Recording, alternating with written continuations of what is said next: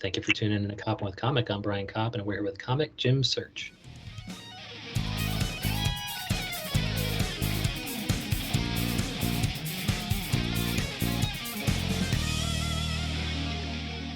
Jim Search, how the hell are you? Hey man, not doing too bad, man. How are you? Good. Oh, it's so cool that under the circumstances, not doing too bad is great to hear. Yeah, I feel like when people are whenever I'm asking or asked that question, we all know how we are. Yeah. There's like an undercurrent of like, yeah, we know what the fuck is going on right now. So it's like implied that the world is taking a shit. Yeah. But outside of that, I'm doing all right. You know what I mean? Good. Well, I think we're going to touch on some of those issues today. But real quick, where can people find you do comedy online during the whole pandemic isolation quarantine? Yeah, sure. If you want to find me, you can find me at jimsearchcomedy.com. And you can go on all social medias at jimsearch. I do a hip hop trivia show on Zoom called Trivmatic. And cool. if you look for me on social media or my co-host Neil Charles at Certified Hilarious, we can send the link on Zoom for all that. And there's a bunch of other shit I get into, but that's all routed through social media and jimsearchcomedy.com. Okay, cool. Yeah, I'm on Jim Search Comedy right now, and I see your smiling face. That's me, man. Okay, well, yeah, I know I follow you. I don't know why you weren't coming up. Like, I already follow you at Jim Search, and it wasn't coming up for a second there. But yeah, totally, it's right here. So that's where we can see all the. You even have a Jim Search Bandcamp. Yeah. Oh yeah. Oh shit. I totally forgot. I wrote a book. Oh shit. Yeah, I wrote a book called Grad School, a $70,000 phone charger, which, really talks about how grad school is like a profit center and that they don't care about education. Yeah. You can buy that. Physical copies you can buy through me if you DM me. It's $9.99 plus shipping and handling. Or you can buy the audiobook, which is available on Bandcamp for $9.99. So you should support artists because we need it. Yeah. I'm a former lawyer, so I went to probably the $100,000 phone charger, but that I think we're in the same boat there. We got fucked. Yeah. I figure, well, two things. One, it doesn't escape me that I wrote a book and sell a book about the thing that got me in debt. That's not awesome. That snake eating its own tail. I fully see that, And the way I see it is I just have to sell like 1 million copies of this book and it should be all right. So it's actually a great investment, right? Yeah. Made for a good story. Yeah. And one of the things we're going to be talking about today actually has its ties into the current environment, which is, dog shit, of course. But we'll get there eventually because it starts back in the 90s with the O.J. Simpson case and verdict. What was your feeling on OJ before? What was your feeling on the juice being loose in the white Bronco? And kind of let me know the reaction as you kind of saw it, because we were talking pre-pod about, I was kind of forgetting the public's reaction to his acquittal, and then you kind of reminded me or enlightened me as to the fact it was split, and one side of it I had no idea what the fuck that was. Well, let me ask you. It's a question of the question, but like, my reaction as it was happening, or like now as like an adult, like far removed from, like, time has elapsed and I've done deeper research on it, I guess. I'll say all of it, okay. and maybe the general reaction of people, depending on their racial background, maybe. Sure. Well, just I guess we'll start with like where I was like as a kid. Like, I grew up watching this happen, right? Yeah, I remember it too, man. The white Bronco. I came into the living room. I was a younger kid, and that was pretty fucking cool that everybody was just trained on that fucking Bronco, man. Yeah, well, and that was the thing. Like, I guess I'm kind of gonna do it like, I guess the breakdown of this is like as it was happening, and then kind of like now looking back on it. So like, when it happened, like as a kid, there was nothing else on there was nothing else on TV. Like, this was it. I mean, it was all we talked about at school. It's all that we talked about at home. Like, this was the main piece of news. And, what was interesting about that, I think, at least, is that, we'll never see a court case necessarily move that way. Like, that case, like, gave birth to court TV. Like, that, like, it was that, like, there was an entire network based off of, They stopped selling the Bronco, and they started a new fucking network. Yeah. I love it. So it was like, there were just so much that, like, we saw that, we'll never see again. And I think it's so fascinating. I mean, you have so many different just factors in play. Like, I mean, you have race, you have fame, you have, money, like, you have all these things that were really swirling around. So, like, the case really came off the heels of the LA riots. Like, this was, a year or two after all of that went down. And I think, I wasn't living in LA at the time, but, having done my enough research and documentaries and shit like that, of just, like, how, like, raw and how on edge everyone was. And then when this trial broke, there was, like, where are they going to pull the jury from? Because if, originally they were going to pull from Simi Valley, which is all cops and firemen. So, I mean, if you're talking about kind of what the implicit bias that's going to probably play jury, I love that. It's certainly there, right? So then they moved the jury to downtown LA. They pulled from there, which was a little bit more of a diverse pool of jurors. So, like, it was just such a wild case, and there were just so many personalities that came out of it. But you're right, though. I love the confluence of factors, not only race but money, and the fact that if he hadn't had money, if he was in fact innocent, we can say that he would have, if he didn't have the money, he would have been railroaded and he would have been fucking executed. Killing two white people like that, motherfucker, shit. Yo, look, man, if that was OJ the garbage man. Oh, yeah, celebrity, too. That's great. Yeah, so it's celebrity, money, race, all that shit came together. Wow. It all came together. I mean, OJ was paying, and of course the legal team. I mean, he had, the Kardashian. I cannot remember his first name. I can only see Kim Kardashian because who doesn't only see Kim at this point? But her father was on the legal team. You had Johnny Cochran. You had all these just, like, alpha lawyers. Like, these guys this was the dream team. I mean, they were the best of the best, and OJ was paying $1 million a day. Wow. And I mean, and so, like, the reaction when the verdict actually came, the reaction was split, as you said, kind of between, it might have been split along, several lines, but one of them, I would think, chief among them would be race. And so what did you kind of observe about the reactions of people, people of color? Well, I think, it's interesting because it's like, all cliches aside, it's like, black folks aren't a monolith, right? Like, right. I think you had a split within race. I mean, look, were there some black folks who were like, yeah, we know he did it, but fuck it.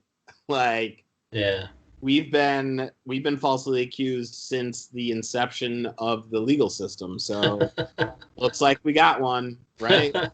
And again, this is coming right off of the not guilty verdicts of the 4 officers who beat up Rodney King. So, like, you've got that in play. And then, you have black folks who are like, he definitely did that shit. Probably should be locked up.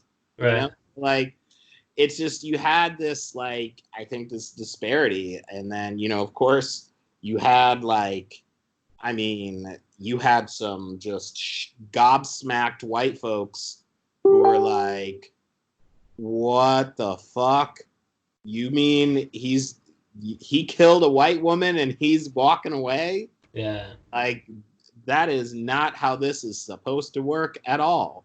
And then yeah, some white people were just like, dude, I've never had any evidence planted before. What are you talking about?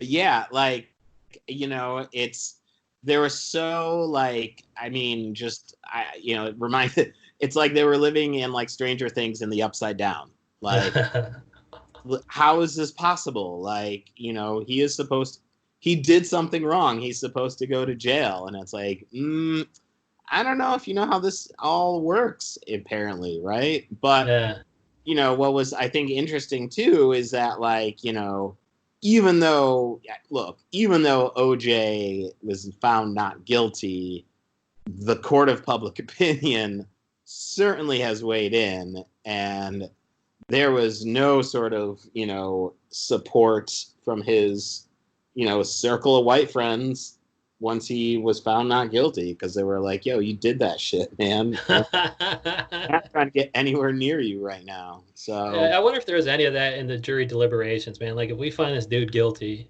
there's going to be riots like a motherfucker, or we can let him go. We owe him one for the whole fucking Rodney King thing, and also it's not like he's going to kill again. He's so fucking famous. He already killed the woman he was pissed at. He's not going to kill again. I wonder if any of that was actually said, or ran through the brains of one or more people who voted to acquit. I think that's a really I can't imagine it hadn't. I mean, like, it's kind of uh so many ways just reminds me of like what we could be looking at now, like with the Yeah. cops are on trial for Floyd. Like, if they are found not guilty, I don't know what the fuck's gonna happen, right? Yeah. So I think there was probably that sentiment for some folks in that jury box of just like, yeah, we know he did it, right? Man, you know, and also the other thing too, and this kind of ties into how they were like, this could blow up, like this could blow the roof, blow off the roof off. Is there was such a groundswell of support for OJ during that Yeah. time, like they're like the when he was on the freeway, you saw people holding up signs like run juice and all that shit, right? And so like he really had this swell of support. And I think what was interesting as well about that is like OJ really distanced himself from the black community prior to all of this. I mean, it Oh, well documented that OJ was like, I am not getting political on anything. yeah. I'm a football player. That is what I do. Right. And he said, I am not fucking with black community. But when this all hit the fan, there's stories of what's his name, Cochran, like putting like African art in his house. Ah. They would like go to like I don't know whatever they like. I don't know why the news might have been like there was some sort of coverage of OJ's house, and like Cochran planted all that shit in his house. Wow. Did he start going to black churches too? I mean, he was out on bail, right? Yeah, I want to say there was that.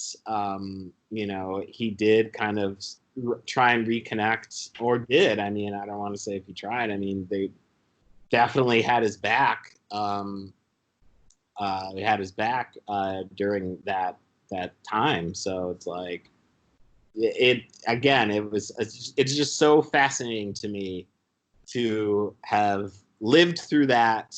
Right, had that be the focal point of the news over that summer. Yeah. And then as an adult to look back on it and be like, this was so fucking crazy. And, it's wild.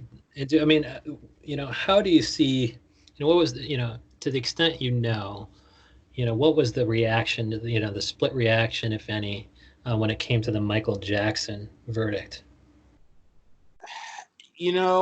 I mean, I feel like, there was some, hey, look, there are some what I call Michael Jackson truthers that are like, there are some people who lied about it, so therefore all of it's thrown out. And it's like, Yeah. that's so not how anything like that works. Yeah.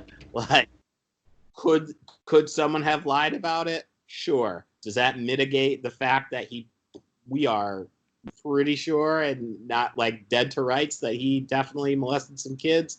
That doesn't change the fact, right? Yeah. And, I mean, yes, OJ was a celebrity, but I mean, Michael Jackson is an icon. Yeah. Like, that he was world renowned, like loved around the world. So, Yeah. And we don't have at that time, we didn't have the benefit of a, in-depth documentary or whatever. Like all we had is, high-priced lawyers, high-priced PR people, one kid's word against the word of somebody we had heretofore trusted. We trusted Michael, with most things before then. And so, but I love that a lot of the same factors are there that, the race thing, the money thing, the even the setting of it. I mean, I guess it wasn't anywhere close to any of the race riots, but just like, do you remember any of the, what was your reaction at the time? What was the reaction of, if you, could have poll tested people around you, kind of what were you hearing? For Michael Jackson? Yeah, for Jackson. I mean, it like, I think it was something along the lines where it's just like, we all knew, right? Like what grown man is having sleepovers with children? Yes. Like, what the fuck? That's such aberrant behavior. Yeah, but he's kind of aberrant, It like, he's kind of aberrant, the fact, like, some of these things sounded weird, but then you're like, that guy's kind of weird though, man. Yeah, so it was like, it was just like unspoken, and like, Yeah. even unspoken necessarily, because we'd all make jokes, and like, he's a pedophile, and whatever we would say back then. So like, to have it all kind of like, I guess, kind of surface and be like, verified public knowledge, I guess. I think it was a real split. I think there are some people who are just like, you know what? Once a Michael fan, always a Michael fan. I don't give a shit, what you said he did, or I will kind of move the goalpost and not not kind of accept reality around it. Yeah, just don't do it again, Michael. You got the mulligan or whatever. Just don't do it again. Yeah. I love moving the goalpost. That's hilarious. But it's what people do with their celebrity, man. Like, Yeah. They will find and rationalize any and all things they've done, and kind of move that shit. And it's like, and then there's other people that are just like, yeah, I don't fuck with him anymore, and I'm not trying to listen to his shit. Yeah, he definitely fucked some kids. So, man, well. First, I'm gonna plug in and then ask you the ultimate question. I mean, your Jim Search comedy everywhere, and your upcoming your book can be bought. Let's have everybody buy Jim Search's book, because he needs it. He got screwed to the tune of $70,000 phone charger. Yeah, man. Buy my book. DM me on all social media. Buy a copy. It's really great. You'd love it. If you've ever gone to higher ed and know how much money you spend on it and how much you get out of it, this book's going to be for you. So buy the fucking book. And then the final question is, George Floyd's killer. I think I got it's George Floyd, even though I talked with Brian Floyd earlier today. George Floyd's killer gets acquitted. What's your prediction for what the fuck happens around the world as far as riots? Well, Yes. I Yes, I riots around the world. I think yes, because I mean, if you think that,